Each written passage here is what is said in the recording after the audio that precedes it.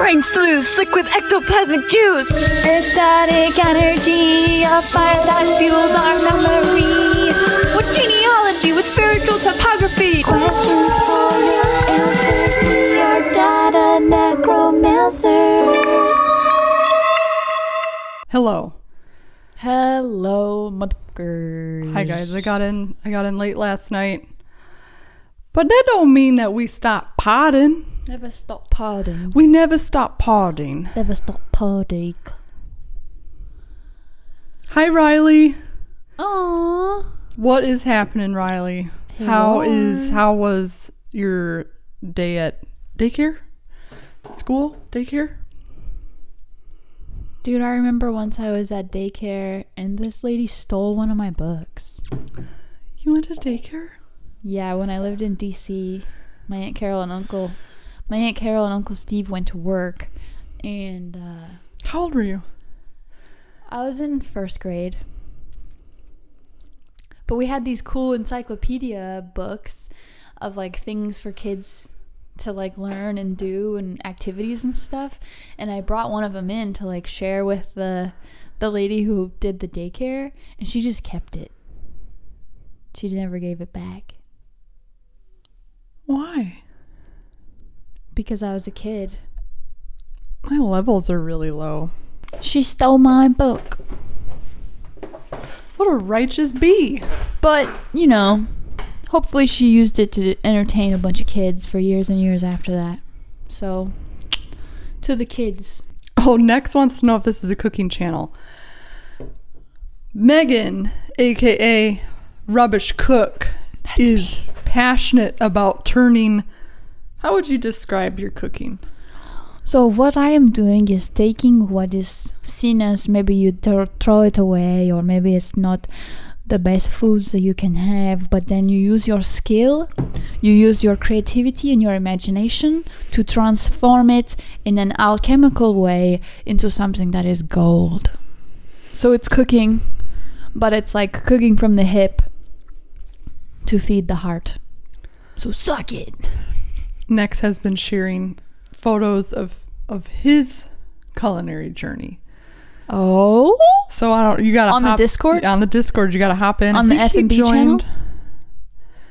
Yeah. He joined 2 days ago. Thanks for joining Next, by the way. dude, I can't keep up with the Discord. If there's tough. not like a mention of Rubbish Cook, I don't know where You gotta to look. tag I don't know where to go. Rubbish. You want her to see what's going on, you gotta add her so she gets a notification. I need that notification in my inbox so I know where to look. Do you know what I mean? Because otherwise, I'm just out here reading Wikipedia. That's what I'm doing. Next says it doesn't have to look edible, just be edible. That's true. That's your ethos. Yeah, I don't think it has to be. I think the Instagram phenomenon of people who go out to eat and take a picture of their plate and it gets all cold, and the cook who's like watching them wait 20 minutes to eat their food, it's like, fuck you, just fucking eat it, it's ready, it's perfect, but they have to like take a perfect picture of it. Megan and I have a lot of reels we want to do, and one of them was about the Instagram food. Oh, but us like purposefully making it look like shit, or like smashing it, or like doing something. Yeah, like spending eons crafting the perfect plate and then just pulling your pants down and farting on it. And yeah, smashing your butt cheeks into it and then taking the picture.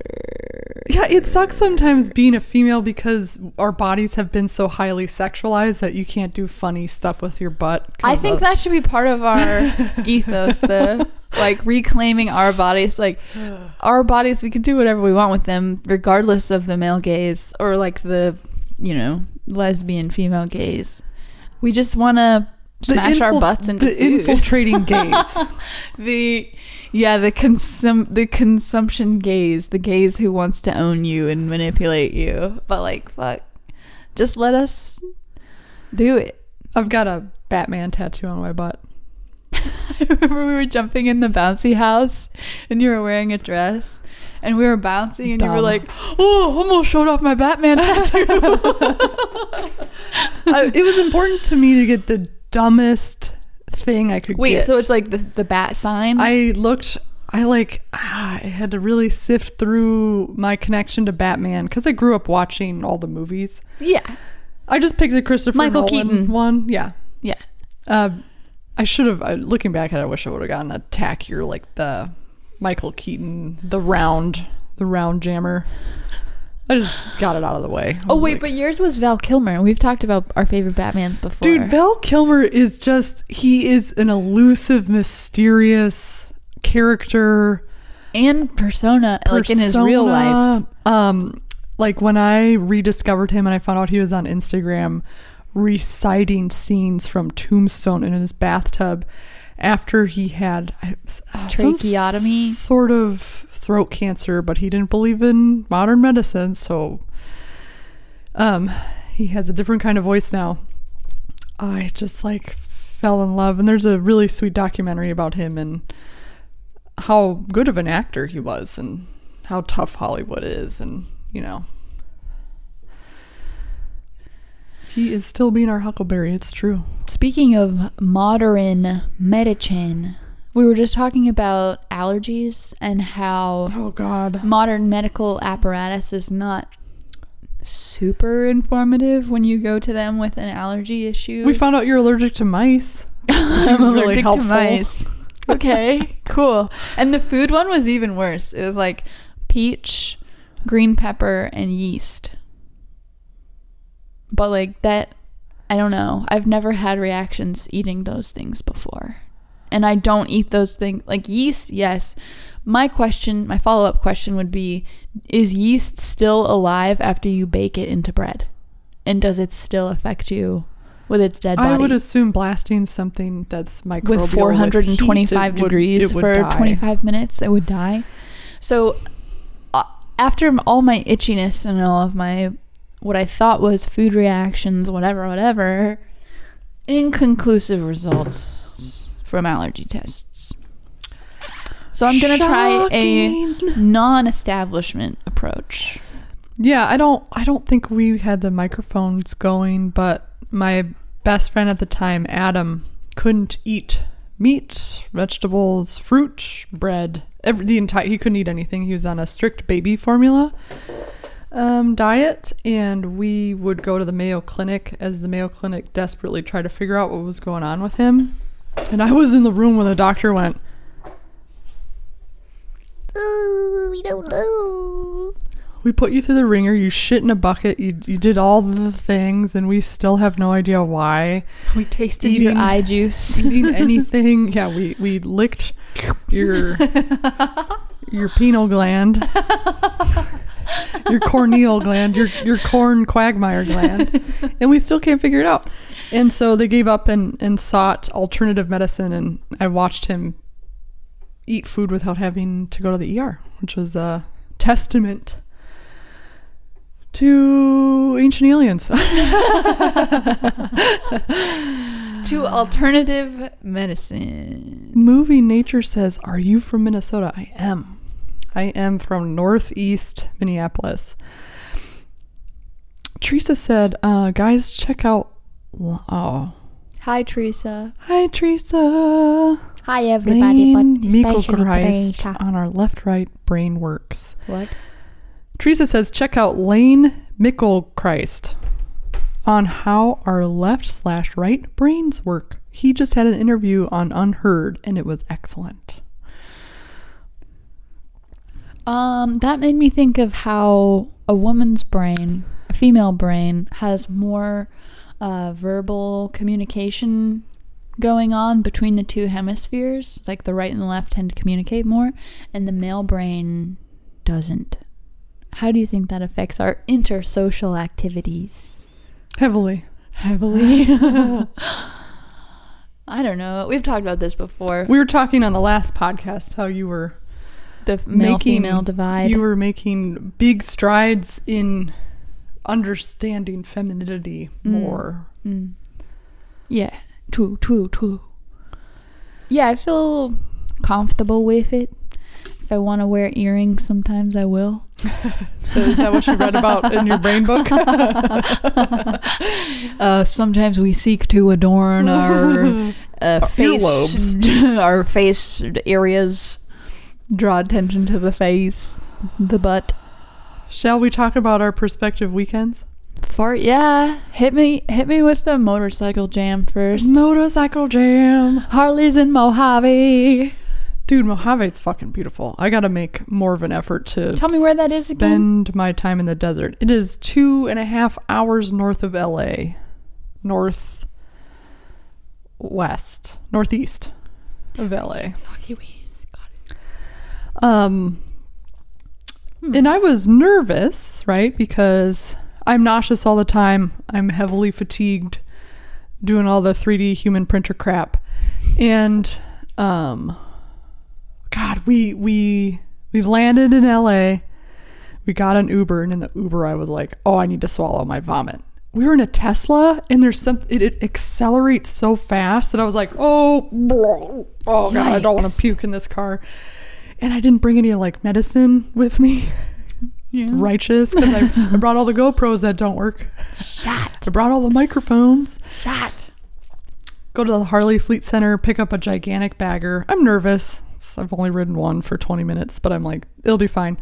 I get on it and I instantly feel better. It's like the adrenaline and the dopamine. And we ride all the way up to Mojave, and it's just fucking... You ride for 2.5 hours? Yeah, we rode through the mountains too, and that's just so pretty. So beautiful. Yeah, we like cut through this mountain pass, and because being on the highway in LA is scary. I didn't think it'd be as scary as it was, and I didn't think that would be the most dangerous part about being pregnant and riding off-road, but it was. It was riding on the highway in LA. And we have a blast. Turns out, though, I was supposed to have a Pan America all weekend, but when I get there, they're like, I didn't get that memo. And I was like, shh, did I just come out here for not being able to ride a bike? But after talking to them more, I think he was just trying to be, I don't know. They were like, okay, you can have it. They were trying to be accommodating. They were just being really stern, but then after we kind of cracked them open and like let them knew who we were, they opened up a little bit and were super nice. But didn't they invite you out there? It's such a gigantic fucking corporation that XYZ didn't hear from way up here. I mean, it's so massive that they just don't get the memo or whatever. So then I got to riding in the sand was a lot easier on the Pan America than any bike I've ever ridden. And so it was fun, but I wanted to tell you a scary story. Oh, I'm scared. I'm glad you're sitting here in the flesh. I'm here. I made intact, it. Sometimes I wonder if I died, and this is just the continuation. This is Spirit Whitney? This is Spirit Whitney, but I'll never know, and I guess it doesn't matter if if I died or not. You ate a bagel, so... I ate a bagel. You saw me, so clearly it exists. If bagels, then that's fine. Jake, Ben is a friend of his, and he was out there on his Touareg. We were going to ride an hour to this really cool park where they shot like some of Star Trek because it feels like you're on Mars. Yeah. So we ride an hour out there, get there, and I'm starting to get hot because it's hot outside. But we tried to leave as early as we possibly could to get there. So we rip it, go there, film a video. That sun's moving quick though. Like I put my stuff in the shade, I came back, it's not in the shade anymore. Like that's how quickly it's moving. So Jake's like, let's go goof off now. And I'm like, I gotta go back to the entrance. I cannot goof off right now because it's starting to get really hot. Did you explain to people what your condition is? So I do not regulate body heat. I don't sweat. Her body does not go back to sweat. equilibrium without assistance from the outside. So the doctor said I have two options. You could bloodlet, I could cut myself open and get all the hot blood out. He's like, or you could dump cold water on yourself like an old radiator. So I had my cooling vest, I had a cooling gaiter, and I had a cooling do-rag, and I had my and I had my skin cancer umbrella, and it was all keeping me very cool. But when you're standing there, not moving, there's no wind or anything. So I'm like, Jake, this is a mistake. It's like, Jake, go rip it, meet me at the entrance. I'll wait at the entrance for you. And it's 5 miles to the entrance, so I figured he would go goof off in that direction. Right. But we didn't communicate effectively because I'm assuming something and he's assuming something. Got it.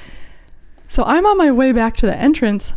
I can't get the Pan America up because it's sunk really deep down in sand, this kickstand. So it's like super leaned over. Oh, shit. I would have an issue with any bike trying to pull it up because it's now, all the way the other way. I'm starting to panic and I like stop freaking out. I'm like, you got this. Like, take one pull, and I just like rip it up. I hop on it on one side and just get it going and then swing my leg over. And I'm like, oh, okay, we got it. Okay, chill.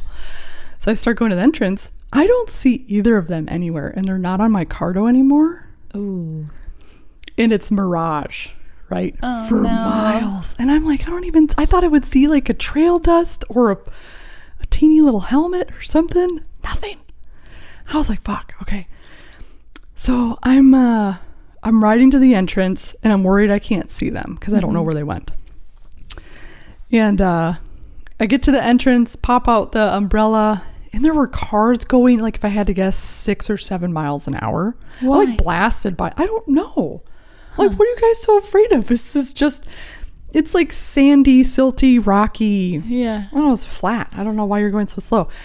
I blasted by them. I'm waiting for them now at the entrance because I'm going to ask them if they've seen anybody. I'm also going to ask them for ice. Like, can I just have like a few ice cubes or whatever? Yeah. These people roll their window down and I could just tell they're weird. Obviously, they're driving so slow. Yeah. They're like, they're scared of me. They're like, yeah, is something wrong? And I'm like, oh, I just wanted to know if you've seen any other motorcycles out here. I've lost my friends, and I'm kind of nervous. And they're like, no. Were they boys, girls? An older couple. I don't know if, like, I got Mormon vibes. Like, they don't talk to people. I don't know. Like, or they're aliens. I have no idea. Yeah. And I was like, also I have another strange request. You guys don't have like a few ice cubes you could spare, right? And they just stare at me and I'm just like, okay. Ice. Cold. She goes, well, you have water. I was like, yes, I have water, but I was just wondering if you had some ice. He turns around, looks in the back of his car, looks at me and he goes, it's keeping our food cold. We can't spare any. And I was like, yeah, I would assume if I'm asking you for ice, it's because you've got a cooler and you're keeping your... Holy guacamole. I was like, okay, whatever. We can't spare any ice. I stand there for 10-15 minutes. I'm starting to get hot. Oh, no. Starting to get like, I get like a crazy heat migraine. And I'm like, okay, I gotta go. I gotta leave. I'm like, where the fuck did Jake go? I'm just like, dude, come on. I tried. Cell phones don't work out there? What does? Cell phone? His didn't, mine did, thankfully. But I also was like taking note of how we got out there so that I could remember how to get back. I had to leave him. And I was like looking, I was like, I wish I could write in the sand like Whitney went back. She couldn't wait for your dumb ass. Whitney went back. So I just rode by myself through the desert and I kept having intrusive thoughts about getting a flat tire or crashing or hitting. There was like sheep and there's all sorts of crazy shit to run over. But I could like feel my dad partying with me and I'm like, okay, they're here. It's fine. I saw 2 gnarly wrecks, like to where I think the people died and then they just left the shit there. What? People drive crazy in the desert. I think because there's just no one out there. Open expanse. Like, oh God. And then it's just like one mistake and you're Was it a car wreck or a or motorcycle wreck? car wreck? I also saw Jake run over a rattlesnake and the snake didn't die all the way and I hated that. Aww. Yeah, I was like, no, can we help it? Help it die at Can least. we turn it in? Yeah, could just go in reverse. Yeah, I can't imagine like being almost dead and then dying the rest of the way under the sun. Anyways, I made it back and Jake was like, no, I went to the opposite side of the park. And I'm like, why? Did you think I was going to go hang out at the entrance for 45 minutes just chilling in the sun? And then he went to the nearest gas station because he thought if I was hot, that's where I would go. And I was like, no, dude, I'm not going to take any chances of like assuming you would understand where I went, you know. But yeah, that was my one, like just standing there and you don't hear anything. The No worst part is the planes, only no people who nothing. could have helped you refused. Isn't that funny? They were like, we cannot give this biker chick a few pieces of ice. It will make us Anybody die out stopped me in the here. desert, and it's clear that they're out there having fun or whatever. What do you need? What do you need? I got it. But Jake was saying that the people in the town, because they went to the gas station to look for me, he was like, they wouldn't let us use a phone. They wouldn't tell us the Wi-Fi password. Why wouldn't- is there the, I guess, like, Hell's Angels, like motorcycle gangs have made this like crazy reputation for we're on bikers. $15,000 bikes, and we're just out here in the Lux, the creme de la creme crowd of ADV riding. They probably thought you had a switchblade and you were gonna slit their He was throats and speculating steal that their it was car. more of like a hills have eyes sort of scenario, where like the hill people don't want, Oh, they don't want to talk to you or hear you, or they just don't interact with people very often. I don't know. It's just like a different kind of crowd on there. yeah, it's wild because it's like a national park where tourists go all the time. I imagine. Yeah, there was a ton of parks out there. That sucks. I wish them the best, but also fuck them. No, it's keeping our food cool. I'm like, yeah, that's why I assumed you had an ice machine, one of those that you plug into your fucking cigarette lighters. And Good God. I wanted to be like, I'll Venmo you. Like, Yeah, I'll pay you for it. I'll give you a piece of collateral if you're afraid. What do you want? I'm really glad you survived. Me too. And then the ride home was absolutely terrifying. Absolutely terrifying. I thought it was going to be easy and fun and like whatever, and it was. There was a wind warning. So Oh, no. 30-mile-an-hour winds.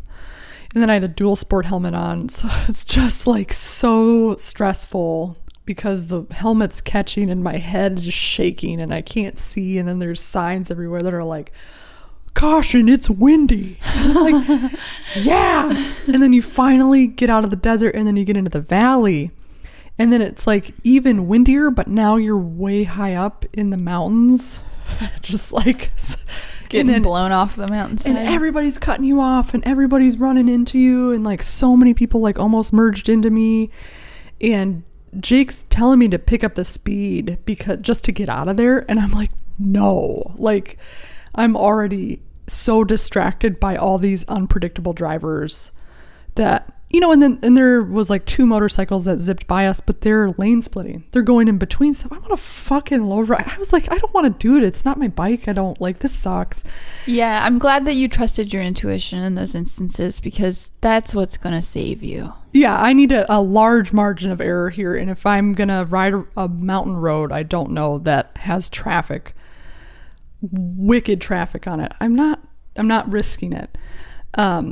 And then we hit LA and it's gridlock, right? Mm-hmm. And it's a downpour. Oh, no. And Jake is like, Whitney, we have to lane filter. And I'm like, no. I get it. Yes, we absolutely have to do that. Otherwise I'm going to miss my flight. Yeah. And when you're lane filtering, we were in the carpool lane, the regular lane. There's 3 strips of paint, and paint is notoriously really slick. Yeah. But I was like, I don't have a choice. So I was just like riding on the paint. It wasn't as slick as I thought it was, but my horn didn't work. So Jake would go, people would move out of the way, Jake would go, and then they'd immediately come back together. So I was like, oh shit. Oh, no. Oh, God. And it's pouring rain. I've got my goggles on, and I'm just like trying to wipe my goggles, wipe the rain.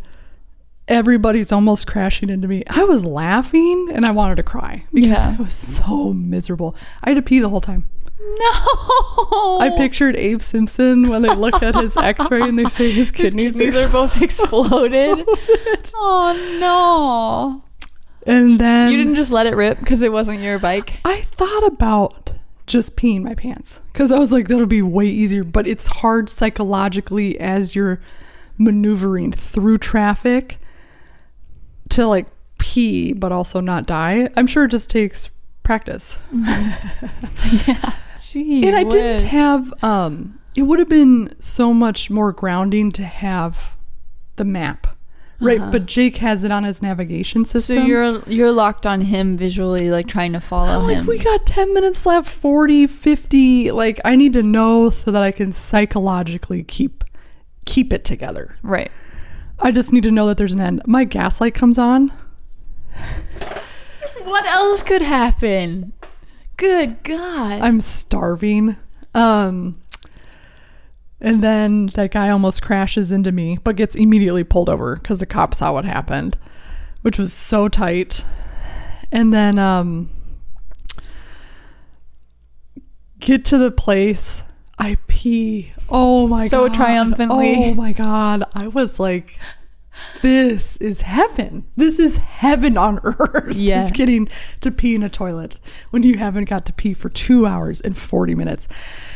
I come out of the bathroom and Jake is like, prepare your Angus. And I'm like, why? And he's like, get on the fucking bike. We're going to get you to the airport. And I was like, oh shit. And the Harley guy was like, we don't allow passengers. And I was like, dude, this is an emergency. I need to catch my fucking flight. I wanted to be home yesterday. I don't want to be here anymore. So you rode with Jake on his bike? So I hop on the back, which I haven't ridden on the back of a motorcycle in like 11 years. I was like, what do I hang on to, your eyelids? You're like holding on to his hair. Vroom, vroom. You pulling him left and right and shit. Dude, and I was like, Jake, just be careful. I trust you with my life, but please just be careful. And we just fucking, because the traffic is crazy and it would have taken 3 times as long in a fucking Was that his Uber. Bushido training coming through? That must have been his Kendo Bushido training. He was like, coming I through. will get this person who I care about deeply to her flight on time. LAX has 9 terminals. Yikes. That's a lot. You have to take like shuttles around to the different terminals, right? Yes. That was the most stressful ride I've ever done. I've ridden a lot of places, but that was like the most I can stressful finally ride I've breathe ever now done. that the story's over. What are your takeaways? I don't think I'll ever fly into LAX ever again, as long as I live, unless it's worth my time. I also learned that we did a lot of motorcycle trips at Yammy Noob, and I just don't like being at the mercy of some other entity. I'm like past that in my age. I want to just facilitate what's happening. So I think going forward, that's gonna be the move. I think you could plan a really dope motorcycle trip. Just not, because in order for us to go off road, we had to go get the baggers and get dressed up in our ADV gear and then ride the baggers off road to the off-roading place and then go to the HD truck and then go get the bike and then the bike had to be back at a certain and it was just like, wow, you know how much easier this would be if I had a fucking truck and my bike and then I could just go do the thing and like not have to jump through all these hoops, which was exhausting, to say the least. I haven't looked at the chat. That was a long story. Thanks for sticking with me. Shit, doggy. That's nuts. I did acid this weekend. I know you did, baby. And you were messaging me when I was like, I was busy, but I also just wanted to let you do the acid and I didn't want to infiltrate your fucking... Do you want to tell the ladies and gentlemen what Eeyore's birthday is?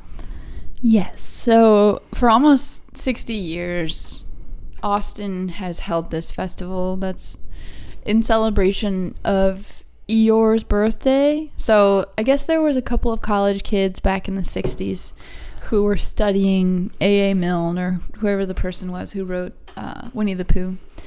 And they wanted to fuck off from school one day and they decided to go drink beer in the park and celebrate Eeyore's birthday, hopefully cheering him up. And it became a big charity event. So like entities would drop big kegs in the park for the party and people would donate and then all the money would go to charity and like it was just a big party with like drum circles and costumes and you just go psychedelics. Yeah, you just go and like party in whatever way you want to party, but you kind of like, I think the ethos is like party and party hard, but watch out for the herd. Like you're supposed to like have this sort of communal attitude about it. You're like looking out for everybody else who's tripping too. And your fucking Instagram reel, I was like in stitches this morning. I was just like, yes. It was so wild. It looked packed. There were so many people there. It was insane. There's like every 5 inches there's somebody blasted out of their mind. Yeah, and I think that's a big part of the party, but it was my least favorite part of the party, like how many people were constantly streaming by us. Like, it was great for people watching, and John Paul had a chair. Him and Aaron had chairs, so they were sitting in chairs watching with their backs to a tree, but I was like on the ground, and people were like walking over me, and it was like, I'm on acid. Like, I kept on wanting to eat, but every time I would like start eating, fall and apart. I'd be like, I guess I don't want to eat. This is kind of uncomfortable. But I would like get up and like dance around because I heard like the drums coming from different directions. And so Aaron went a few times as a student at UT. And then last year he went and, you know, did the drug thing, but was not prepared to like eat or drink, like thought that he could buy anything he needed in the park, but the food choices were very slim. And so this time we like made a ton of sandwiches. We brought potato salad and pimento cheese and crackers and Pringles and oranges and cookies and so much water and all this stuff. So we were set, and it was wild. Like, in the morning there was like a lot of kids and a lot of dogs wearing costumes, and like it sort of felt like a Ren fair or something. Like, it felt very whimsical and like fantastic. And then as the hours, you know, trudged on throughout the day, it became more and more like clubby, and like more and more half naked, and like naked people would show up, and then you would see like people who kind of looked like predators who were just like watching like very intently, like all the half naked women. And you mean all the sexual repression and the inability to express like themselves men sexually, who were just like who haven't been given the social tools to don't know how to handle other people's nudity. And that's gross. it was interesting because the section that we landed in was like near the beginning of this long, like 100 porta potty long line.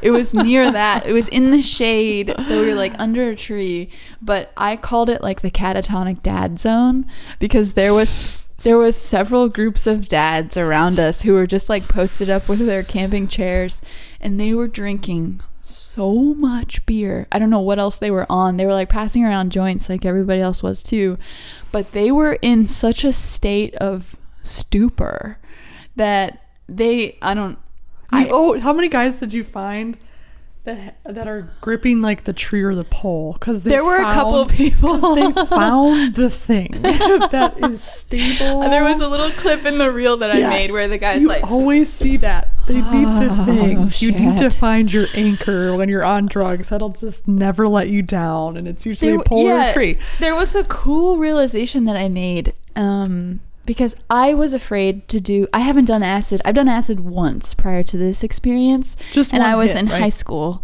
It was just one hit. It was just one hit back then too. I was in high school.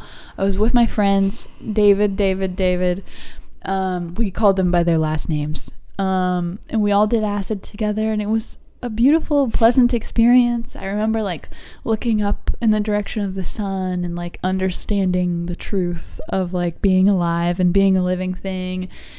And then this time I was afraid to do it because when I did it back then, I had my boyfriend David to like watch over me and make sure that I didn't do anything stupid. You had a sitter.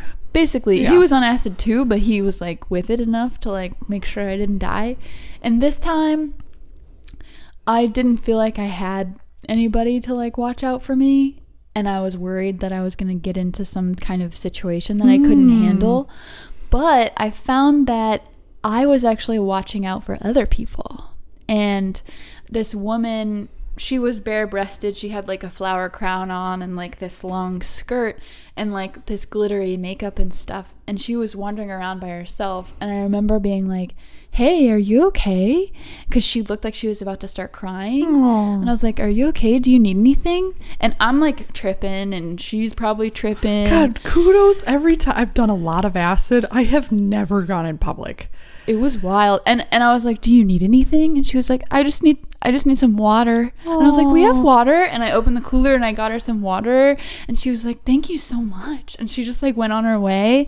But I was really proud that in that instance I was like, oh, I'm good. You were realizing like your own I'm power. actually good, and I can take care of myself. And I like went off on my own to use the restroom, whereas the first time I went with Aaron, and I didn't really want to walk around by myself, but I was like, I strapped on my pack and I was like, I'll be back, you guys. And I like went off on my own, and fuck yeah, it felt really like empowering to be able to do that. You're like, this whole time I was like, wait, what was I so afraid of happening? Like, I'm good, I can handle this. And that was like a huge step, I feel, in my... Did you make it to the bathroom? Yep. Nice. Mm-hmm. Nice. And I hovered over the seat. Yes, like as we all do. Never let your butt cheeks touch the seat in a porta potty.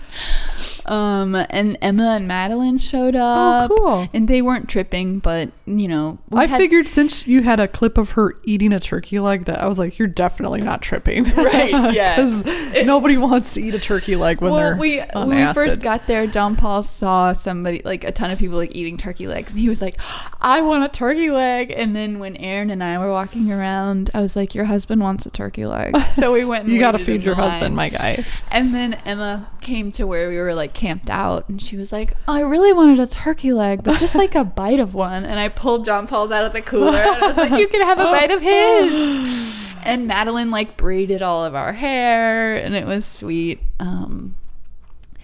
Overall, a positive experience. The next day I was really, really tired and sad and lonely. Yep. Yes. And I was crying, and the down it was of doing like drugs. a huge, like, I was like, Lucas texted me and was like, do you want to come to this barbecue show, hang out with Ruby? And I was like, I wish, but I gotta teach a class tonight, and I need to lay low before I go do that. And I did it, and I didn't die. No, the day after, there's something you can take called 5-HTP that's supposed to help the depletion of all of the fucking... Like serotonin and dopamine and stuff. Yeah, it's supposed to help you. But I also realized, on a very personal note, that the struggle with loneliness is like incredibly necessary. And it's like something that I've been running away from my entire life. Yeah, I remember us having a talk about, you know, I don't like to sit and preach the things that I've been through because everybody's so different, but it's like, I went through that before I met Lucas. Like, no. Like, nobody, if you're not up here, fuck you, get the fuck out of my way. Yeah, and I offended a lot of people, but you also see how rapey people are. And I had a really high standard because I was fucking sick of it. I was so sick of it. But I was alone. And it's really lonely. But like, I truly embraced it. And I remember telling you that, and then you would kind of come over and you're like, I love being alone. And I'm like, you're not there yet. You're not alone. You were also alone for like a week, you know, and then you'd find someone else. Because it is so hard, you know, in your 20s to just face it instead of running from it, distracting yourself from it. Face it. A lot of people in our society don't face anything. They either build walls from it or we're in... And I think another aspect of it, without coming off as like conceited, you're an attractive person, I am an attractive person. It's really easy for me to find someone else who wants to fuck around with me. Sure. And all throughout my life, I've just gone from this person who wanted to fuck around with me to the next person who wanted to fuck around with me. And I never knew, like, I was never really discerning about, to use a Whitney vocabulary word, discerning about who I would choose to allow into my company, because I loved having company. And it was fun. It's fun. And like, not to disparage the people I've been with in the past, because I think they all had really great qualities. Great. They had great qualities. They had great qualities. And I, you know, enjoyed my time with them. But I think this stage of my life is definitely about being good to be alone. Actually good. Actually really good. Not proclaiming how Not good it saying is. like, oh, I love it, it's the best, and then like going and crying when I'm actually by myself. Flowing with it, accepting it, breaking your heart open, not jonesing for the next hit. Nitrous Ninja Notorious Nitrous Ninja says Jimi Hendrix declared at the end of his life that drugs change who you really are and shouldn't be used by anyone. There's a lot to say about that. I would not be the patient, empathetic, high-functioning person because of the traumatic childhood I grew up in if I didn't do all the psychedelic therapy. I wasn't doing drugs and going to a concert. I wasn't doing drugs and going to a party. I was doing drugs, blindfolding myself and laying on the fucking floor and witnessing all the shit that came up. And waking up the next day and for the first time in my life, seeing who I really was without all the trauma. Not everybody's going to have that experience at all. I really think too, Lucas has had quite a few people in the ER who, there was this one that made me feel so bad. 2 kids, you know, 2 teenagers, they did acid. They live in some fucking Westlake mansion. Parents were out of town. One of the kids freaks out that the other kid is trying to fuck him. I'm not fucking gay, bro, and whatever, and like has like this total mental breakdown. And I wish instead of bringing people to the ER when you're high on drugs, it's like, hey, we're gonna send a bunch of like figured, sequenced, masked cloak people to calm the situation. And let's talk about what sexual trauma is coming up, because clearly something's coming up. And those things, there's a difference between a bad trip and there's a difference between a hard trip. Hard trips are where all the stuff starts bubbling to the surface that scare you. A bad trip is when, there's so many factors, you know, whether it's heat exhaustion or maybe you have a lineage of mental illness and something else is happening. That's definitely a possibility. But how, in those hard trips, in the instance where all of your trauma is just surfacing, how do you steel yourself against that just washing over you and taking control? The biggest thing, so I was a monthly donor for years and years to the Multidisciplinary Association for Psychedelic Studies, and I desperately want to they were like, everybody thinks this is fun until you're in the Zendo tent at Burning Man. And the Zendo tent is the tent for people who are having hard trips. They send all the people who are freaking out in there, you know, people who are shitting themselves, people who are vomiting, people who are screaming, people who are like, they're like, if you can't withstand that or know how to navigate those trenches, psychedelic science is not for you. And I've always wanted to do that because I really like go to that tent and help people chill. Yeah. They need to bring more of they had an incident that happened where somebody died because she was overexhausted. She was having a heat stroke and they were like throwing blankets on her. Why? I don't know. Because they need to have more, they need to bring nurses and paramedics in my opinion, because getting dehydrated is a really real risk when you're doing drugs in the middle of nowhere. But the big thing too, somebody close to us, I have sat for that you know as well. And I thought, this is gonna be fun. It's gonna be great. Like, I know how to do this. She had a fucking bad time. And I was like, this is what they're talking about. It's not all fucking sunshines and rainbows. Not everybody has it together once they start altering their brain chemistry. And I just held her hand. And it was like I felt like it was 1890 and she was giving birth and I don't have a fucking epidural or know how to deliver a baby, but like I just had to sit with her and, you know, you keep trying to like, let's go outside. I promise you everything will be so much better outside. She wouldn't move. And I was like, okay, I have to accept this. Like, I'm not going to force you outside and I'm not going to try to convince you, and I don't want to spend time convincing you. And if that's not what you want to do, then if you want to make it this hard, I have to embrace that you want to make it this hard. It was really helpful to like lay down on my back and look up into the trees and see all the like scintillating leaves and stuff. Like I could still hear all the commotion, but to see the leaves and like notice all like the tributary capillary action of the anytime shit got branches and too stuff. That's not always true, because sometimes I really didn't want to go outside. But if you're just outside, like you can just, everything feels better. I remember once tripping balls. Oh God. I think towards the end we were doing 3 or 4 hits, like losing yourself. That's insane. And that's where I saw some spiritual shit, and I lost my body. Wow.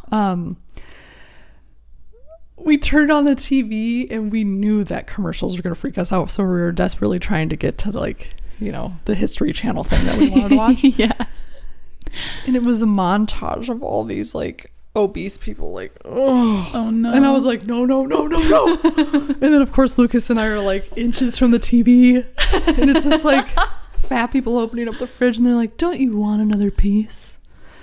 No. And of course, since you're on acid, it's like slow and distorted, and we're like, is this a Saturday Night Live skit? What is this? And they're like, now you don't need surgery. Take a pill. Oh shit. And I was like, no, this can't be real. Lucas, turn it off. And he's like, what is it? It's like a fucking for-profit medication to make you less hungry or whatever. And I was like, the people are hungry. All they want is food. And I'm like sobbing. And I like in my Hunter S. Thompson, I'm like typing the name of the medication. And the first link that pops up is them celebrating their 150,000th prescription. And like my heart broke for all the people who struggle with food, because I was like, a pill? But it's just another type of addiction, right? I don't know. I was just like sobbing and upset, and I felt bad, and I just wanted everybody to eat whatever they wanted. And I could feel the emotional suppression. Like, oh God, TV's the worst when you're on acid, because it's just like, I feel, any kind of uncontrolled media stream that's just like flowing out, you never, like, it's very unpredictable, and you don't know how you're gonna react to it as it comes out. And it could be anything, like anything could pop out. Yeah, the new rule, because the last time Lucas and I did our new drug of choice is MDMA, because it is not, they say acid cuts the diamond, MDMA polishes it, because it's just it's a fucking therapy drug. It's called ecstasy, you know. Ecstasy. The new rule is no phones. Turn all the phones off. No phones, no TV, no nothing. Would you look at books? Yeah, I've got a series of books, but we put out the air mattress tent outside. I wonder if there are any books that are made with the specific purpose of being looked at when you're tripping or when you're on I should go grab one. Oh shit. I won't. We're running out of time, but I have a Salvador Dali 3D book. Oh. Like, it's huge, and it pops out at you, and I had a really bad trip, but it was the trip hard, I should say. I had a really hard trip, but it was the trip that made me want to be a mother. Because I didn't like kids, I didn't want kids, but Lucas did, and I knew that I had a lot of shit to go through in order to get to the other side. Yeah. To want to procreate. And I was like, Lucas, it's like I've read all the manuals. I've read all the bad trip manuals. I fucking studied this. I went to school for it. And I looked at him and I was like, I'm having a hard time. I'm having a really hard time, because I was physically very ill. Mushrooms, a lot of people can have bad physical reactions because they're allergic to the flesh. Mm-hmm. And Lucas is like, okay. And he goes and grabs the Salvador Dali book. And I'm like, yes, read to me. Please read to me.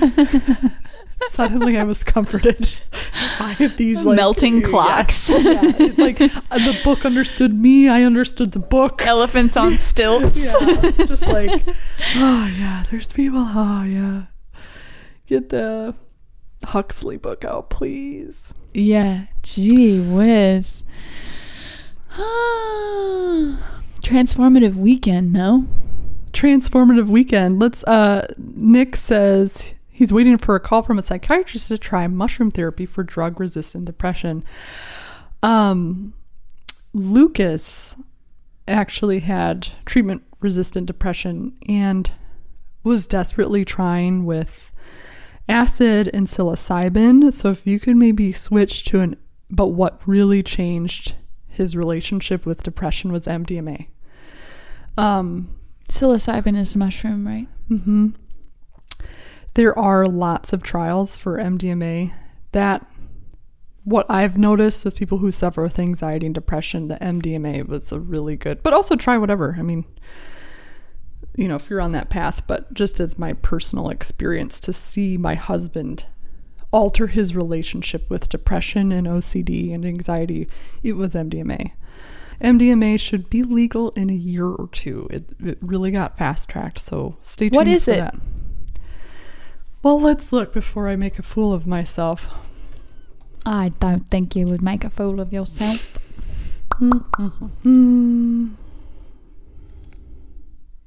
MDMA had me feeling like a champion. City never sleep, better slip you an Ambien.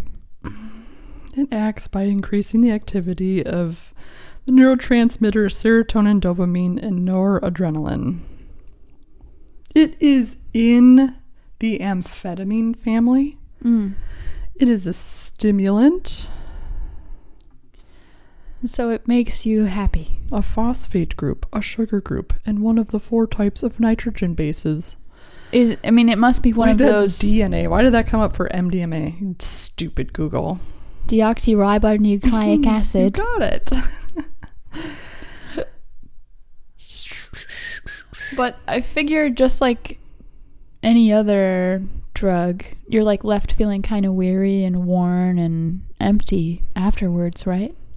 Yeah, because it like soaks, it like forces all of your happy stuff to go at once. MDMA is one of those drugs where you do a little bit and you're like, I need way more, because it makes you feel so good. Yeah. It makes you feel so good. And then you do too much, and then you got, the How next do you day is a quantify bummer. too much?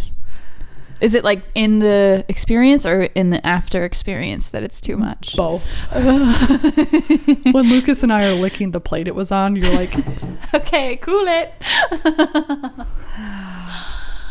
Oh, I've always had such an aversion to drugs that aren't weed, or like, I don't know, I've done mushrooms a couple of times, but my brother's experience with opiates, I've never really been curious about trying MDMA or any other like synthetic kind of druggy pill drug thing. LSD is synthetic. Oh, I don't know. I did once in high school and I did once this weekend. Like, I don't really fuck around with it very often. Yeah, I think if you grow up in I went to a Catholic high school on a science scholarship, and I was told that I was going to die. That if I did drugs, I would die. I was like really brainwashed, but Lucas was really adamant that I at least try it. And then my inclination was to do it in a therapeutic setting, and I don't think that that's a first inclination for a lot of people. Right. Bath salts are bad. Yes. Confirmed. Yeah, bath salts are synthetic. Are they considered a stimulant? Don't they make people want to eat other people's faces or something? I feel like it's like so hard. If the news is saying that what's actually happening, but maybe Full Metal can elaborate on us. Chasing Go says, my parents were hippies. I've often wondered if my mind is how it is because of the exposure to acid and weed in the womb, along with being born without hearing and then being able to hear. I wonder if your parents were smoking weed and doing acid, if they were drinking, because drinking heavily affects hearing in babies. That would be if they're doing those things, they're probably kind of doing all sorts of other stuff. I'm glad I didn't have any beer at the Ooh, EEYORE'S thing. I love the taste, but it just wrecks me so hard. Water, Gatorade, Yeah, electrolytes. it's what plants crave. Full Metal. No. No. Neither of you. No. No.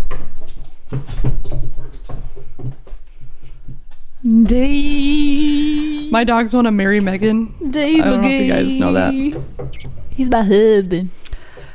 Nick has asked, did you get to hang out with Jen? You know what sucks is she was barely there. So all the Revzilla hosts were leading big rides. And since I didn't have a bike that I could be like, hey, is it cool if I take this out all day?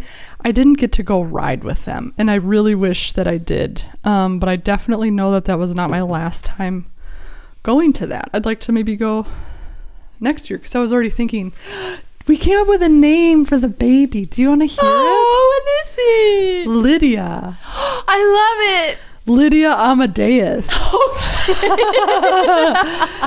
That's beautiful and perfect. Yes. I love it. So I was like, okay, if I come out here next April, Lydia will be November, December, January, February, March, April, 6 months old. You're like, yeah. You know, I was just like. Do you know what the name of my Tumblr was? What? Lydia Chlamydia.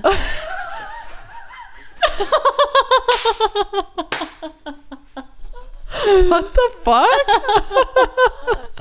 That was my Tumblr name. That's beautiful. I love that name. Lucas really liked Amadeus for a boy's name, but I just didn't. I felt like it was too righteous to be the first name of any of my kids, or just, you know, like the boy is of God, but the girl is Ruby. But as a middle name, I think Lydia means, what is it? Noble lady of kings. Lightus. Amadeus was Bach's middle name, wasn't it? Yeah, that was a good movie. No, wait, that's Johann Sebastian Bach. Wait, who's Amadeus? Who's Mozart. Amadeus? Mozart. Wolfgang Puck. Amadeus, Mozart. Wolfgang Puck, who now has a restaurant in every Macy's. Rock me, Amadeus. Dun, dun, dun. Amadeus, Amadeus, Amadeus. Amadeus, Amadeus, Amadeus. Oh, Amadeus. Teresa says, is it a shout out to your great-great-grandma? Do I have a Lydia? I must. This one won't be Hazelmeyer. Next says I should go to Arby's. Beef and cheddar, baby. Beef and cheddar. There's a barbecue ramen spot by our house, and they have essentially barbecued roast beef and queso sliders. You are in a daze. They're so good. I like their pimento cheese. Barbecue Tatsuya's pimento cheese? Mm-hmm. I forget what makes it different. It comes with celery sticks. Oh, yummy. But I don't hate it. It's hard to find pimento cheese down here that isn't fucking sweet. Why is it sweet? What do you put in yours again? Or what's the quintessential Aaron? It's shredded chad, chili flakes, mayo, fucking cream cheese, salt. It's salty and spicy. It's not sweet. It's salty and spicy. It's not sweet. It's not sweet. Teresa says Lydia was the spiritualist who was sold sheep to her husband. I'm guessing she was sold 4 sheep. Yes, sold 4 sheep. Like that was the dowry, or must have been. Wait, dowry Teresa, is what the parents of the bride give along with her? Teresa, was this in like quintessential Hazelmeyer, Ohio, where this happened? I'm not exactly sure where 4 generations ago was. When are we doing the fucking pickled cheeseburger jammer? When are we doing it? When are we doing it? When are we doing it? I don't have my calendar on me. Here, I have a calendar. Yes, it was in Ohio. Amadeus. Do you want to do it on Wednesday the 10th? Or Monday the 8th? Or Tuesday the 9th? Well, let's figure it out after this. And we'll get... How many people on the stream want to join us in this journey? I know Full Metal and Mrs. Full Metal are going to join us. Whom else? I saw somebody it came up on my Instagram feed because Instagram is listening. Yeah. But the pickle was the main thing. I don't want... Oh, wait, no. It's people keep comparing it to a Scotch egg, but... I want the pickle to be the main thing. The burger was the main thing. There's something flipped. I want the pickle to be the main thing, right? Yeah, that's the what pickle should be the main thing. That's like the hot, salty... That's what we want. Because it's a crunch. It's a juicy crunch. And it's just complemented by the meat and the cheese and the... Next wants to know what we're doing. Okay, we want people... I want a pickle that has beef, cheese, and then batter and fried. Yeah. And then we dip it in a mustard aioli. Yes. And then everybody can... Yeah, pickle burger corn dog. Yes, but there's no corn or dog. But it's that shape because pickle. Pickle burger, yeah. And then pickle burger. You guys submit your little videos, short videos, maybe just like quick clips, and then we'll watch them. 42-minute video. 42-minute videos. It. Yeah, we'll watch it when we get home. He will. That's how you know it's time to end the thing. To end the jamma. Have you reached the end of your rope, darling? I've reached the end of my rope. Thank you all for paying attention to our discussion. I thought I had a Discord announcement, but maybe I don't.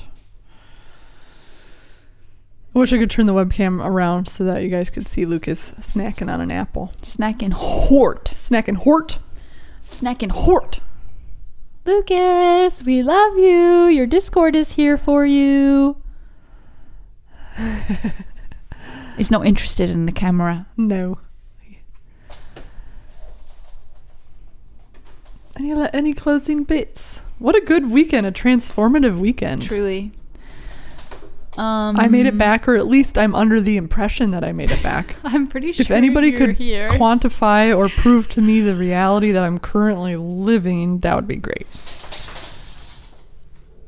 Seeing as we both exist and you exist to us. But I don't know that. Descartes. I think, therefore I am. All right. Cogito well, ergo alive. sum. Cogito ergo cum. Tom Fitz, you made it just in time to say goodbye. Bye. There's been a couple of those people who are like, I made it. And I'm like, they knew I was signing off. Okay, bud. Thank you so much. I'm gonna go eat a bunch of peaches and green peppers and yeast and mice and fucking I'm gonna mice. go lick a mouse.